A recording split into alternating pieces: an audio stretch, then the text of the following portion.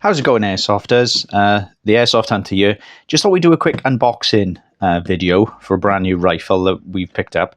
This isn't actually mine, and this was lent to me by a very, very good friend of mine, Tyler, who's picked it up.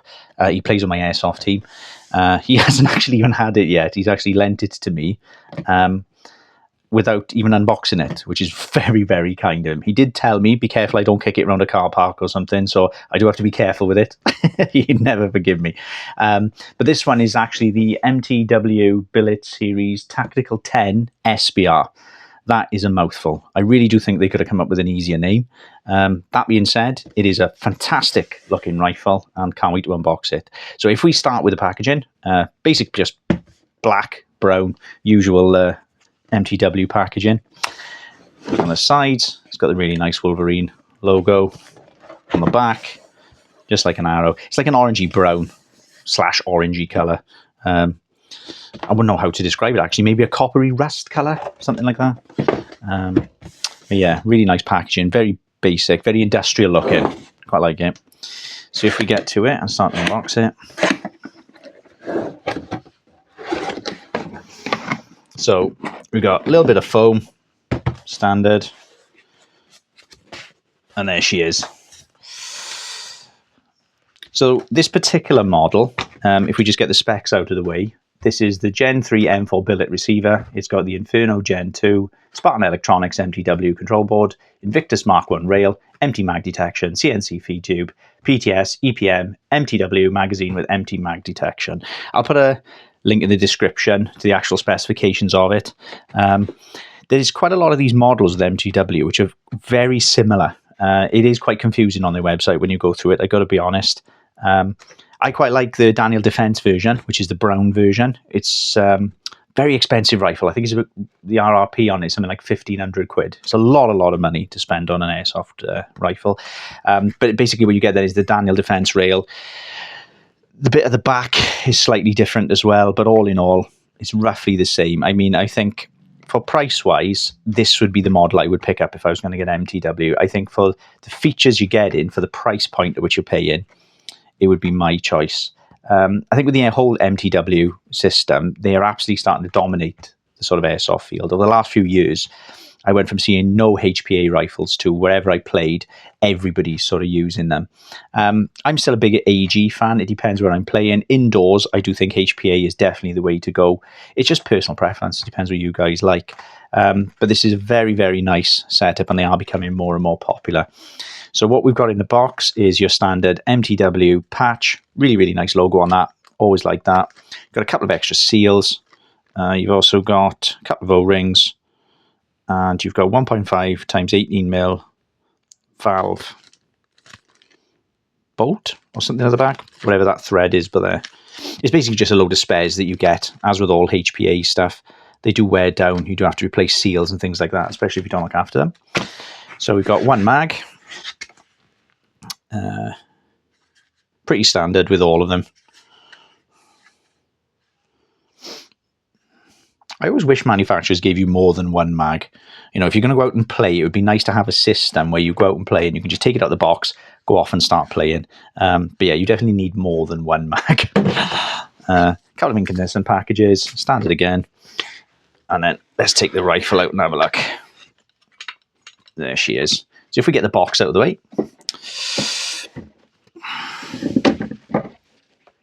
There we go. So, initial thoughts taken on the box, very nice looking rifle. Nice weight to it, not super heavy like AEGs. I think that's one of the major reasons people are swapping to HPA.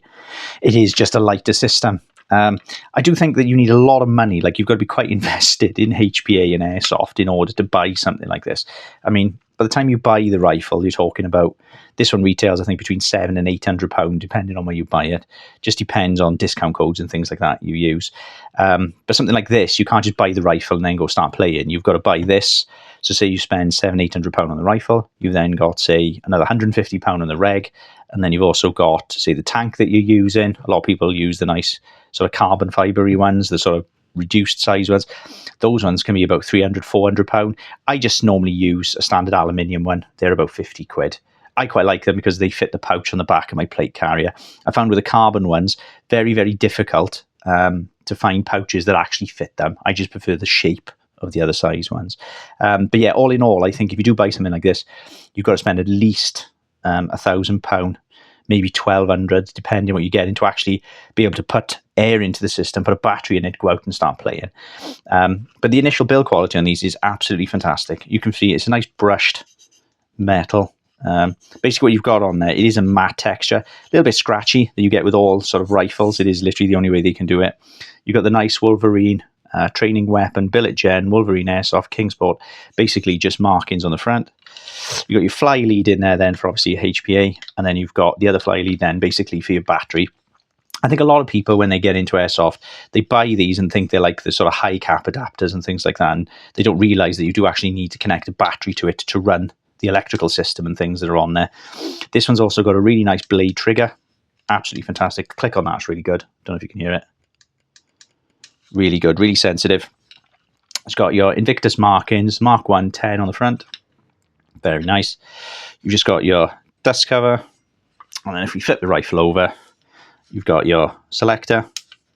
Really nice click with that selector. One of the best I've probably used in a while. A lot of the rifles I've got, when you sort of use that, there's a little bit of play. So it's quite easy to knock it when you're playing. The amount of times I've been playing and accidentally just brushed that and you've gone full auto on somebody, it just happens to everybody, you know. I always think people need to be a bit more forgiving when you play in airsoft, because suddenly you'll be playing CQB and all of a sudden there'll just be a round of bursts coming at you. I think it is literally sometimes because people are just playing, especially inexperienced, and they've tapped that and not realised they've touched the trigger and bang, there's 50 rounds coming at you.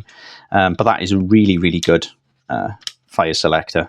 Really, really good. Really stiff. Really difficult to change, in fact. I like that. On this side, you've just got, again, the logo. Again, really nice. Makes it look really tactical.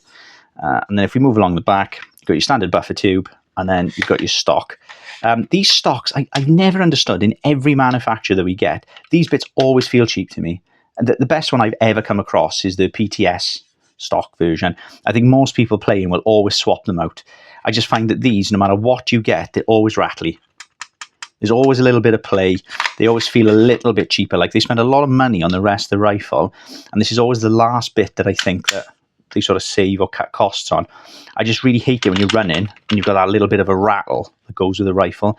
But that's easily fixed. You can literally just put a 30, 40 pound stock on the back. It'll make it a brand new rifle.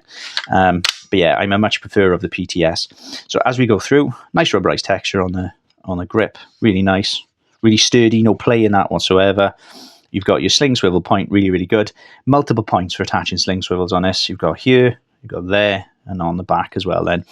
Interestingly, again, nothing on the front for any sling points. I always think that's a shame with manufacturers. I mean, again, I'm a big believer of you should be able to buy this, go somewhere, start playing. The problem is that if you're going to run a pistol or something like that, you need to have another sling attachment point. And for the cost it would cost these people, you know, it would cost like £10 extra maybe on there. You know, their manufacturing costs would be, you know, pennies.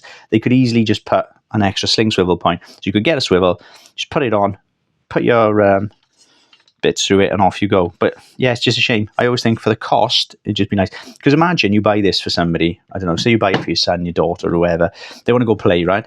You buy this, you give it to them, you think, oh, Dad, I can't wait to go play. Oh, I need a sling swivel point. Otherwise, they end up dropping it or carrying it, and that's the last thing. I've seen so many people drop their rifles playing HBA and playing airsoft just because they haven't got a sling or a harness or something on it. But yeah, that's the only point I would say out of the box, which is probably a little bit disappointing, but it's the same as all manufacturers. It's such a minor thing as well. You know, they could easily put it in. But yeah, you've got your standard lock system at the front. This isn't the Daniel Defense one, which costs a lot more money. But again, this can be easily changed. You can put your Picatinny rails on there. You can swap it to M-lock. You can put it into anything. Some people prefer this one purely because it's lighter. The Daniel Defense system, and I have held it, is a really nice rifle. It's very top heavy. So your central point of gravity when you're looking at it, that one's quite balanced. The Daniel Defense one is really top heavy. So when you're firing, it's kind of doing that, unless you put more weight to the back, like optics and things like that. Very difficult to balance a rifle out. This one is very balanced, but this is a much lighter rail system compared to the other one. And as we go down the front, you've got your standard orange tip protector again. A lot of people will take those off. They'll put silencers, tracers, whatever. Standard attachment on the front there. But yeah, apart from that, really good looking rifle. Really like the Invictus logo on the side. Really, really nice. Nothing on there where I would think, oh, I don't like it. Again, I think they've saved a little bit of money on manufacturing. There's no iron sights. That's good and bad. I think some people would say, oh, it's them being a bit tight. I would say, actually, if you're spending this kind of money on a rifle, the first thing people are going to do is remove the iron sights. They're not going to keep them on there. You're going to put a nice fancy optic on there, a protector for the optic, things like that. The amount of iron sights I've actually taken off and thrown away. But again, it comes down to, if you buy it for somebody, you expect to be able to just go and shoot it straight out of the box. This, you can't. You've then got to go get your sling swivel point. You've got to go get your iron sights. You've got to go out and do quite a bit of work. I mean, decent iron sights for these is going to be another 30, 40 quid.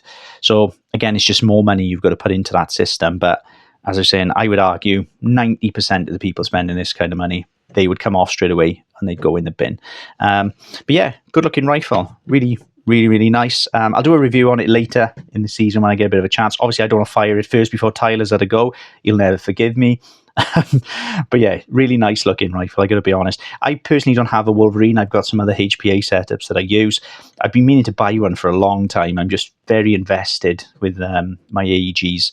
I do like mine. I like my attachments. I like the rails and things like that. I like the simplicity of AEG as well. I like being able to just stick a battery in and go somewhere and play. The amount of fields I've been to that don't have HPA refills and things like that has always put me off a little.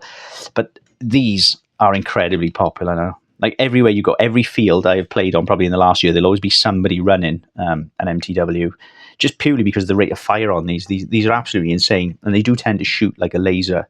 Like, I don't know if you've ever stood next to somebody rattling off some rounds on these. They're unreal, You can almost see a line of BBs coming out the barrel. Even on single shot, you can rattle them off really, really quick. I think that's why they are so popular. Just because you can customize them, the pressure's good if you dial it in correctly, and if you look after them, they should last a lifetime. As I said, it is an expensive system, but overall, I do think it is worth it, especially if you can get bits secondhand and things like that. There's lots of bits out there that you can get. But guys, let me know what you think. Have you got an MTW? Do you use it often? Did you buy one and have any problems with it? Have you still got yours? Have you bought it and you've still got it 12 months later? Or have you sort of bought it and stuck it on usedairsoft.com or sold it to somebody else? Or, tell me, do you like them? Have you had any warranty problems with them? Let me know. I love hearing people's comments, especially if I'm ever thinking about buying one. Let me know what you think on the rifle anyway, guys. So that's the Airsoft Hunter out. But yeah, stay in touch. Keep me up to date and send us some messages. Love to hear your comments. Cheers. Bye.